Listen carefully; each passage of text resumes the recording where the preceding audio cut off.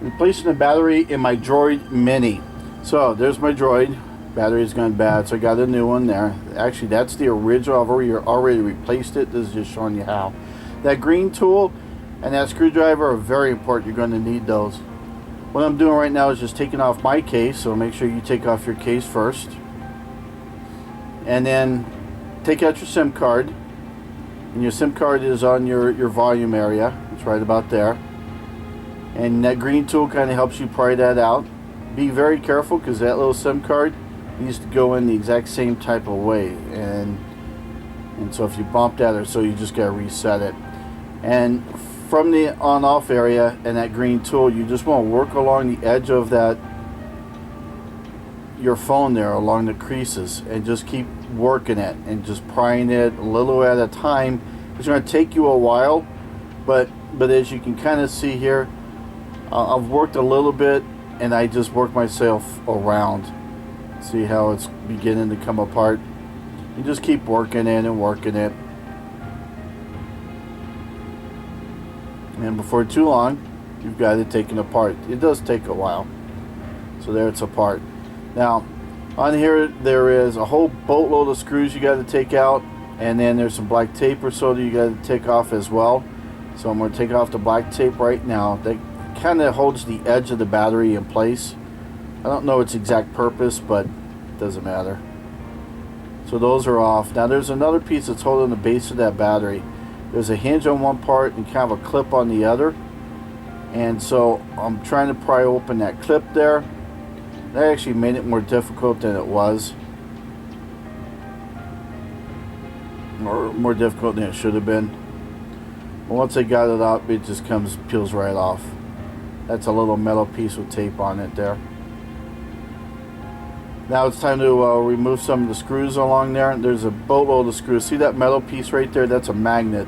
Stay away from that, because that little silver piece on there, actually you can damage that. So see how small those screws are? And then the black ones are even smaller. There's, gosh, I forget how many screws. I think there's like 13. I'll post on here exactly how many screws. The one by the camera there, the flash, that one is the longest screw, so make sure that you have that one sorted out. Basically, keep them in order. Start from one side and work your way around. And see how I'm kind of lining them up there? That's the best way to kind of keep them organized, because when you put them back, you want to put them back the exact same spot, because the silver ones are longer than the black ones, so that stuff matters. So there I have each side done. The towel is just to keep the screws from rolling off. Now there's that piece there that's holding everything, kind of holds it together there, that still has clamps on. So I took the screws out, but now there's little clamps on there, and you just pry it open. So now you can see the batteries kind of came loose, but you're still connected with the main board with the face plates. So you need to take those apart. There's a couple of screws there that you're going to remove, and they are the smallest of all the screws. Once you get that, you can just easily pry it open. Now this is the tough part, because it's still connected to the faceplate, and you don't want to damage that. But there's that little piece on the battery that has to clip right in there. Now it doesn't slide in, it actually snaps in. And in fact, the way it snaps in is, you see those holes right there? It just pops right in there. Now there is some tape that goes over it too, so you want to put that tape back. It just helps keep it from shorting out. Now that black tape there on the end, that keeps that gold piece in place over the battery. Kind of helps hold it all together, I guess. So like I said, I've already replaced the battery, so I don't need to replace it. So now I just basically put it back together. Those are where those screws go.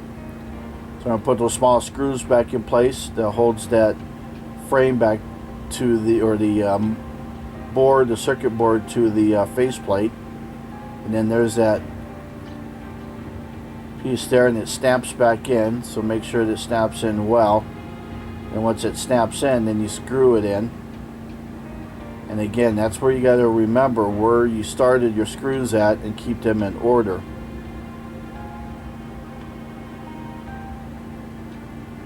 And then you just start put in your screws back in place the exact same way. See how I bumped that towel there and I had to resort my screws? So you just got to be careful, but it does help keep them from rolling off the table.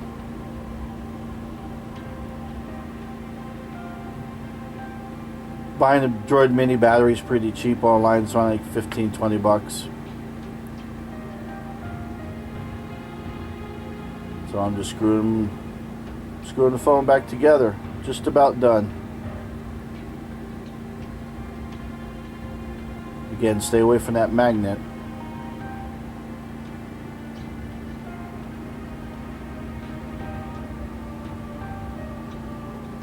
So it's all done there. So now you take the plate, put that plate back on. Oh, I forgot about the battery piece. So battery on the bottom there, it's a hinge and then the clamp. So you hinge and then you clamp it on, and then you got the tape on the end, so you want to put it right back to the way it was.